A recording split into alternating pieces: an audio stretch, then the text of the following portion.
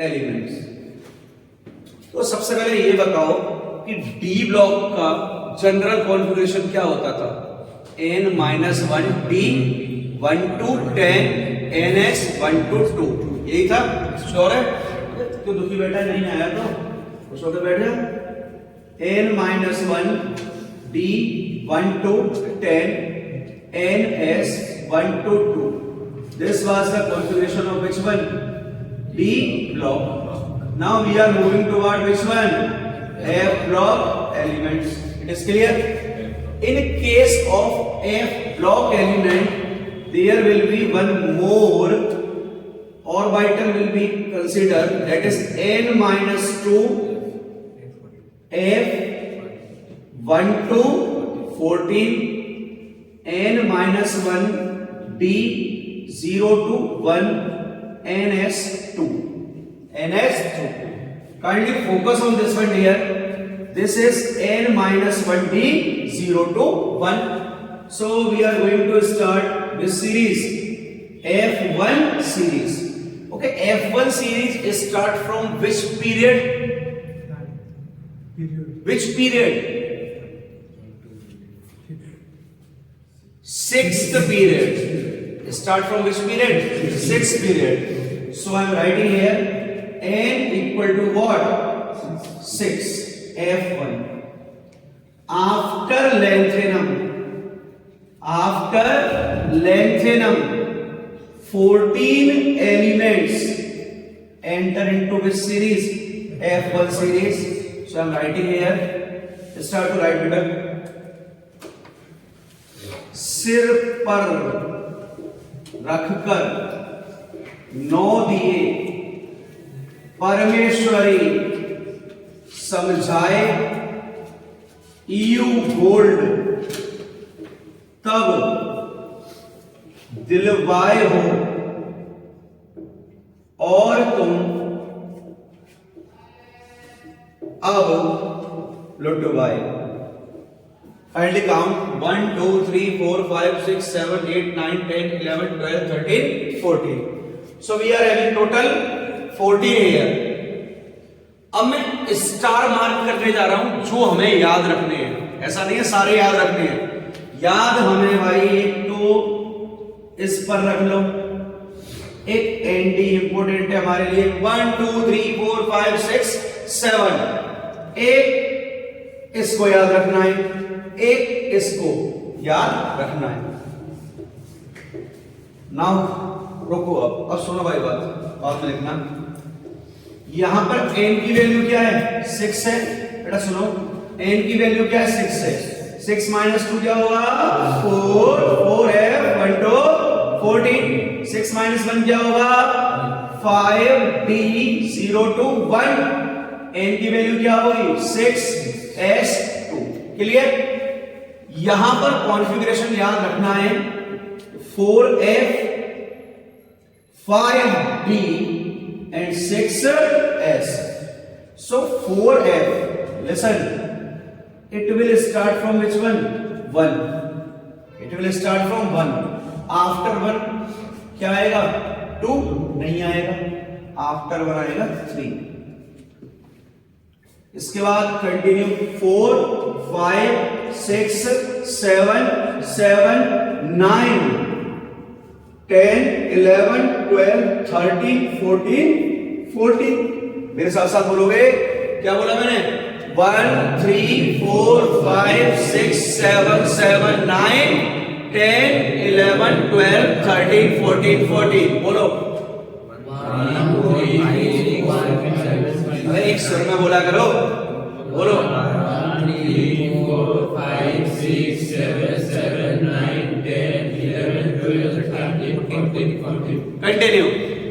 1 3 4 5 6 7 7 9 10 11 12 13 14 14। मेरे साथ बोलो। 1 3 4 5 6 7 7 9 10 11 12 13 14 14। क्लियर यहां तक? अब देखो भाई 5D की बात करें तो इन अंकल के पास होते हैं 1, इन अंकल के पास होते हैं 1, इन अंकल के पास होते हैं 1। इन सब में क्या होंगे 1 1 1, फर्स्ट में 1, सेवंथ में 1 और 14 में 1। क्लियर? अब इधर देखो यहां क्या आएगा, सभी में रख दो क्या 0 0 0 0 0 0 0 0 0 0 और 0 रख दिया सभी में। तो यहां क्या आ गया आपका 1। क्लियर है? इजी है ये। अब क्या करना है यार, एस में तो फिक्स है, सभी में क्या आने 2 ही आने, तो फिलअप कर दो 2 2 2 2 2 2 2 2, इधर 2 इधर 2 इधर 2 इधर 2 इधर 2 इधर 2। नोट डाउन, इधर ही फोकस करेगा। प्रॉपर्टीज कौन सी है? Oxidation number. एफ ब्लॉक की बात करें, चाहे F1 सीरीज ले लो चाहे F2 सीरीज ले लो, इनका मोस्ट कॉमन ऑक्सीडेशन नंबर है ना +3 ही होगा। क्या होगा मोस्ट कॉमन? +3। तो यहां पर मैं इसको एक पैटर्न बना के लिख देता हूं, मोस्ट कॉमन ऑक्सीडेशन नंबर। और जो मोस्ट कॉमन ऑक्सीडेशन नंबर है वो होगा क्या आपका यहां पर +3। अब कुछ मेटल्स ऐसे हैं जो +2 भी शो करेंगे और कुछ ऐसे हैं जो +4 भी शो करेंगे। अब कौन से तो +2 शो करेंगे और कौन से +4 शो करेंगे, हमें ये देखना है भाई। तो देखो यार ट्रिक याद रखना, यू गजब, क्या लिखा मैंने यू गजब। यू से तो क्या हो गया यहां पर देखो EU, क्या हो गया EU। अब मैंने गजब लिखा है तो बच्चे लिखते थे GD, तो मैं गजब को हटा के लिख रहा हूं कि जजब। गजब नहीं हो तुम, जजब हो। अब देखो B किस में आ रहा है, कोई ऐसा एलिमेंट जिसमें B आ रहा हो, YB आ रहा है। EU और YB ये शो करते हैं क्या +2, क्या करेंगे +2। यहां याद रखना ट्रिक, सिर पर रख कर 9 दिए तब दिलवाए, दिए तब दिलवाए। सिर पर रखकर 9 दिए तब दिलवाए, 9 दिए तब दिलवाए। एलिमेंट्स कौन कौन से आ रहे हैं देखो, सिर कौन सा आएगा CE, यहां से क्या आएगा, इधर P से कोई एलिमेंट है क्या PM, ये कौन सा है ND, ये कौन सा है DY, और ये कौन सा हो गया तुम्हारा TB। B से कोई एलिमेंट है क्या, देखो यहाँ पे नहीं है, तो क्या हो गया ये YB तो होगा नहीं, YB कहां चुका है यहाँ पे। तो T से कौन सा एलिमेंट है देख लो यहाँ पे, लिख दिया। अब एक चीज देखो सुन लेना, ये तो क्या है यू जजब, EU और YB। यहां पर क्या है, सिर पर रखकर 9 दिए तब दिलवाए। ये बेटा ऊपर देख, ये क्या हो गया C, ये क्या हो गया PM, ये ND, ये DY, ये क्या गया आपका TM। ये शो करेंगे +4। मोस्ट कॉमन कौन सा है, मेन पॉइंट पे आओ, मोस्ट कॉमन कौन सा है +3। अब आंसर आपकी तरफ से आना चाहिए, +2 से कहां जाना है +3 में, और +2 से +3 में जाना है तो ऑक्सीडेशन होगा या रिडक्शन, ऑक्सीडेशन। भाई 1 इलेक्ट्रॉन क्या करेगा, लूज करेगा, और इसका क्या होगा ऑक्सीडेशन, और खुद का ऑक्सीडेशन हो रहा है तो ये कौन सा एजेंट हो जाएगा, रेड्यूसिंग एजेंट। कौन सा एजेंट है, रेड्यूसिंग एजेंट। अब इसको +4 से कहां आना पड़ेगा, +3 में। +4 से +3 आना है, इलेक्ट्रॉन लेगा या देगा, लेगा। इलेक्ट्रॉन लेगा तो क्या होगा बेटा, क्या होगा रिड्यूस, मतलब रिडक्शन। तो कौन से एजेंट हो गए बोलो, ऑक्सीडाइजिंग एजेंट। तो +2 से +3 में जाना है तो इसका ऑक्सीडेशन कराना है। कौन सा एजेंट हो गया, रिड्यूसिंग एजेंट। +4 से +3 में आना है तो कौन सा एजेंट हो गया? ऑक्सीडाइजिंग। पॉइंट इंपोर्टेंट है, ट्रिपल स्टार मार्क कर देना, नोट करो। इधर देखो भाई, लैंथेनम के बाद कितने एलिमेंट? 14 एलिमेंट किस सबशेल में एंटर कर रहे हैं? एफ सबशेल में। ये एफ सबशेल में एंटर कर रहे हैं, तो एफ सबशेल में इलेक्ट्रॉन्स की क्या होती है? Poor screening. वर्ड माइंड में फिट कर लो भाई, असर्शन रीजन में आ जाता है क्वेश्चन। क्या होती है? Poor screening. और ये पुअर स्क्रीनिंग को हम बोलते क्या है? कौन सा कॉन्ट्रैक्शन है? Lanthanoid contraction. तो देखो, स्क्रीनिंग अगर पुअर है, पुअर स्क्रीनिंग का मतलब फोर्स ऑफ रिपल्शन क्या है? बहुत कम है।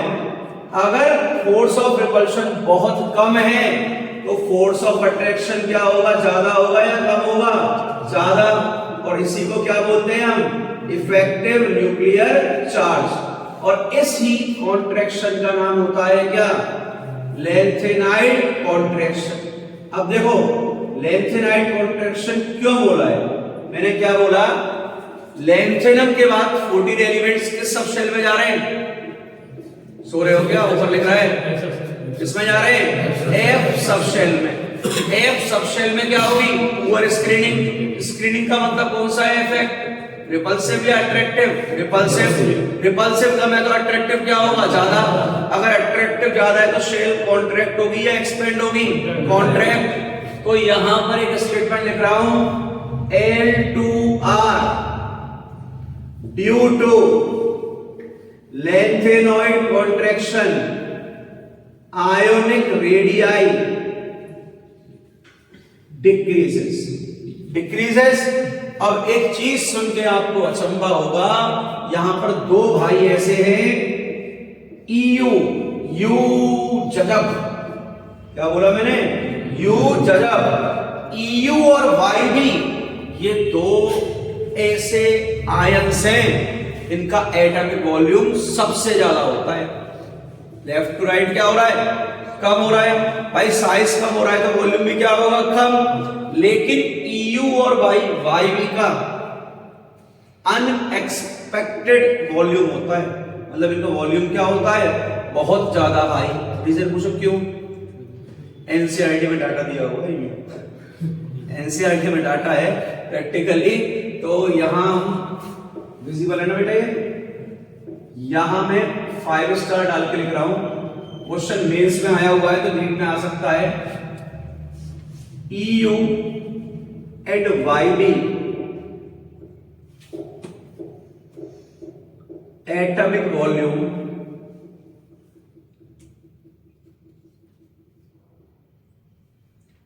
unexpectedly very high। और भाई इस पॉइंट के ऊपर लिख देना क्या? MTR।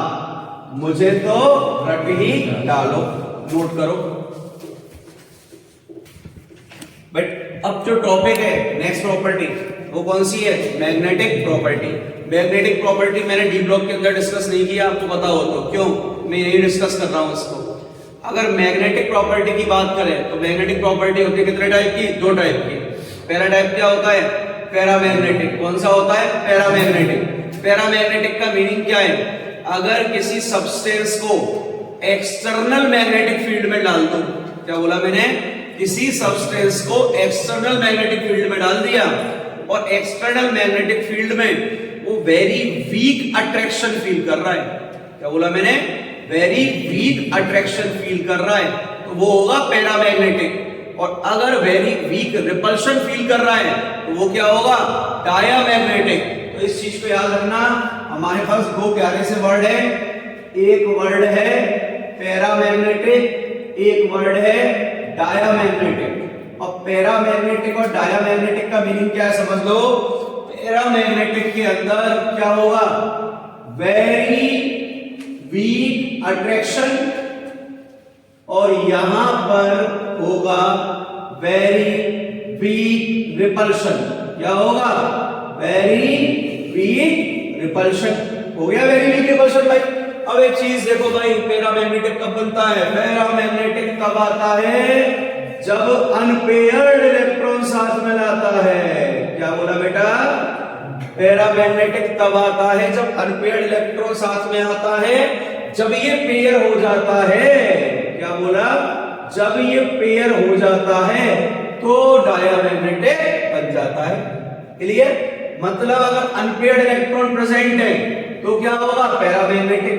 और अगर पेयर्ड है तो क्या होगा? डायमैग्नेटिक।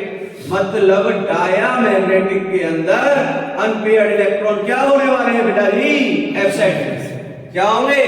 एब्सेंट। ये चीज क्लियर है? अब देखो समझाता हूं, इसको ढंग से समझना। कितने इलेक्ट्रॉन है यहां पे? एक।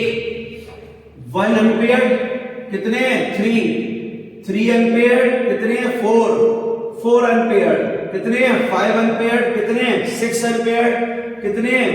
7 अनपेयर्ड। 5 6 और 7। जीडी में कितने हैं? 7 और 1 8। 1 2 3 4 5 6 7। ये किसके अंदर है? एफ ऑर्बिटल्स के अंदर। और एक किसके अंदर है? इधर देख लो, डी के अंदर। एक किसमें? डी में। अब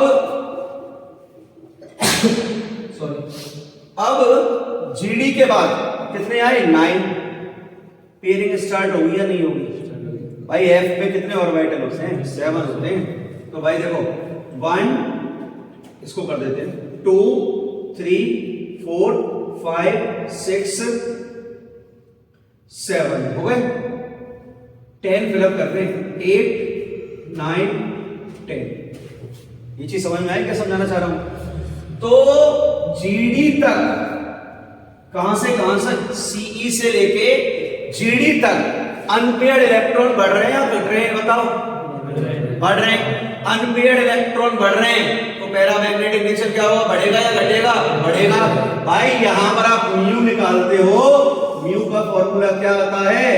√n+2 बोहर मैग्नेटॉन। ये तो पता होगा। और n का मीनिंग क्या है? Number of unpaired electron. क्या मीनिंग है n का? Number of unpaired electrons. अब मुझे प्यारे बच्चों एक चीज बताओ, नंबर ऑफ अनपेयर्ड इलेक्ट्रॉन बढ़ रहे हैं या घट रहे हैं? जीडी तक बढ़ रहे हैं तो म्यू बढ़ेगा या घटेगा? बढ़ेगा। तो मैग्नेटिक नेचर बढ़ेगा या घटेगा? बढ़ेगा। तो मिडिल ऑफ द सीरीज तक तो क्या होता है? बढ़ता है। मिडिल ऑफ द सीरीज तक बढ़ता है, लेकिन इसके बाद क्या होगा? डिक्रीज होना चालू होगा। So we can say up to middle of series means up to GD magnetic property increases, but after GD it start to decrease because pairing will start. And even you cannot believe, here we are having one very beautiful element na, that is having more maximum magnetic property, that is Nd. This is most paramagnetic. पूछो क्यों? NCERT में दिया हुआ है।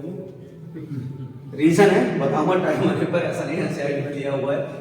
यहां पर एक MTR point डाल रहा हूं, मुझे तो रट ही डालो। और ये है भाई साहब Nd is most paramagnetic in nature. Most paramagnetic in nature. Note down. या नोट डाल रहे हैं मैग्नेटिक प्रॉपर्टी में, नोट अपने आप में इंपोर्टेंट होगा। मैं यहां पर 2 एलिमेंट लिख रहा हूं, आराम से चेक करके बताना कि डाया होंगे या पैरा होंगे। एक तो लिखा मैंने La+3 और एक लिखा मैंने Lu+3। डाया है या पैरा है? चेक करके बताओ। इसका कॉन्फ़िगरेशन तो क्या आता है? किस ब्लॉक में आता है? डी ब्लॉक में। कौन सा पीरियड है इसका? 6। ये क्या हो जाएगा? 6s2 और 5d में कितने होंगे इसके? 1। क्लियर है? यहां पर इसका देख लो क्या आ रहा है? 5d में कितने? 1। यहां कितने? 6s में 2। तो इसका कॉन्फ़िगरेशन लिखूं तो मैं 6s2 5d1 4f10 ये आ रहा है यस और नो। अब कितने इलेक्ट्रॉन निकाल रहे हैं हम? नहीं आया समझ में? 14 करेक्ट कर लो उसको यार, क्या है 14। अब ये बताओ कितने इलेक्ट्रॉन निकाल रहे हो? 3। अब जब 3 निकाल रहे हो तो यहां से ये चला गया, तो क्या यहां पर इनर्ट गैस कॉन्फ़िगरेशन आ जाएगा? नहीं आ जाएगा? आ गया। यहां से 3 चले गए तो क्या ये ऑर्बिटल फुली फिल्ड है या नहीं है? बिल्कुल है। ये क्या हो गया? Fully filled. ये क्या हो गया आपका? Inert gas. Unpaired electron present है क्या?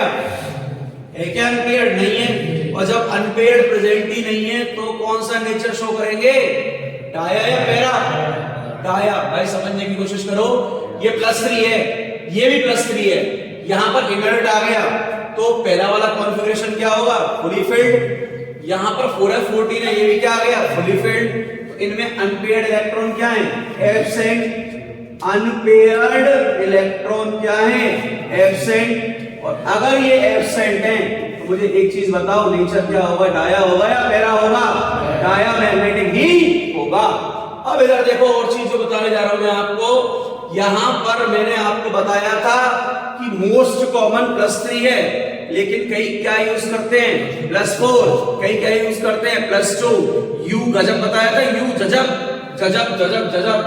नोट यहां पर अगला आ रहा है, ये भी इंपॉर्टेंट है, सर्किल में डाल दो इसको भी सर्किल में डाल दो और ऊपर लिख दो बेटा MTR और इसमें भी लिख दो क्या?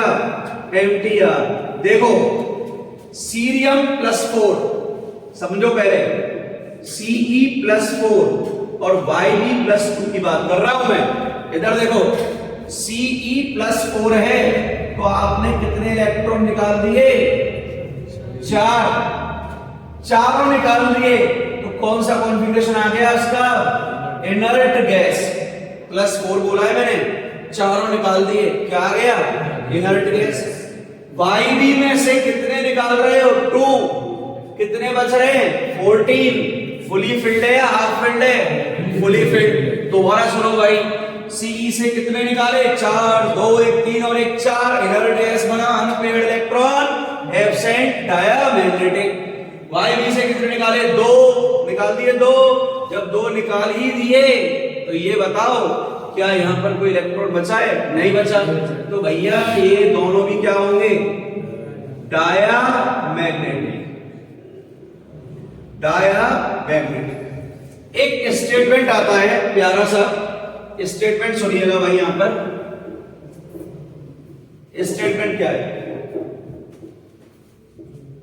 अगला नोट, और इस पर भी MTR डालेंगे और अपनी लैंग्वेज में लिखेंगे, सभी tripositive metals of F1 series are paramagnetic. Except और एक्सेप्ट क्या लिख रहा हूं मैं?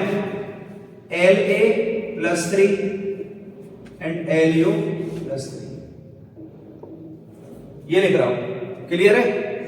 अब एक चीज बताओ मुझे प्यारी सी, यहां कुछ लिखा है, टाइम पास किया था ना, +3 और +3, ये क्या है आपके? Diamagnetic. इसके अलावा सबको चेक कर लो, इसमें से 3 निकाल दो, 2 और 1 3 गए, 1 बचा। पेयर्ड है अनपेयर्ड? अनपेयर्ड। 3 चले गए, 2 चले गए और 1 इससे गया, 2 बचे, क्या है? अनपेयर्ड। और चेक कर लो, यहां से 2 चले, 2 और 1 गए, 6 बचे, अनपेयर्ड है यहाँ पे। 2 और 1 3 चले गए, 7 बचे, अनपेयर्ड है। 2 और 1 3 चले गए, 8 में देख लेना अनपेयर्ड। सभी में क्या आएंगे? +3 में अनपेयर्ड। सिर्फ किसको छोड़ के? Lanthanum +3 and Lu+3। नोट करो ये colour.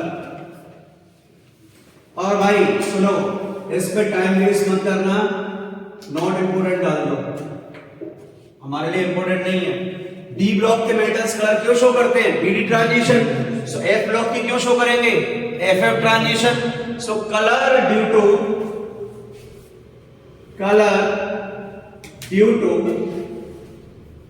FF transition.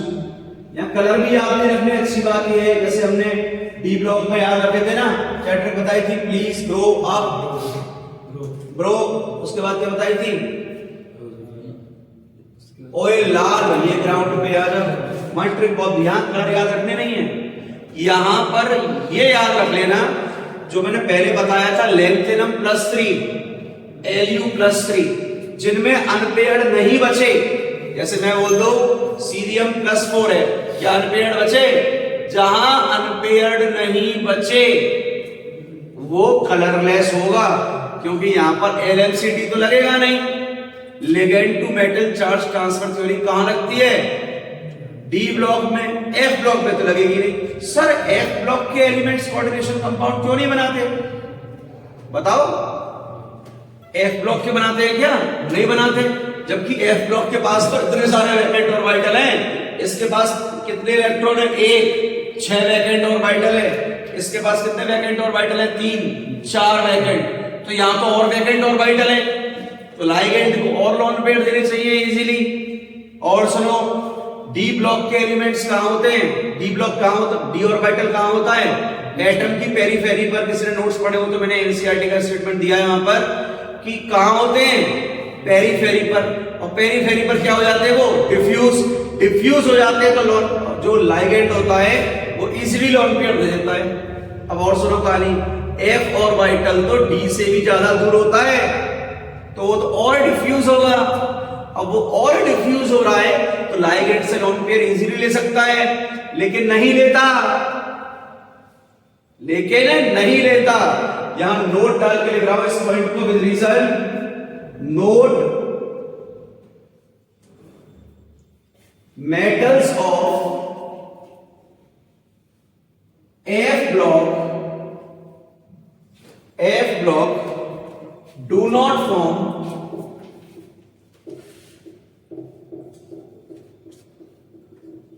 complexes. Reason is due to less charge to density ratio. Reason क्या है? या सॉरी लोअर में, due to higher charge to density ratio. लिख लो.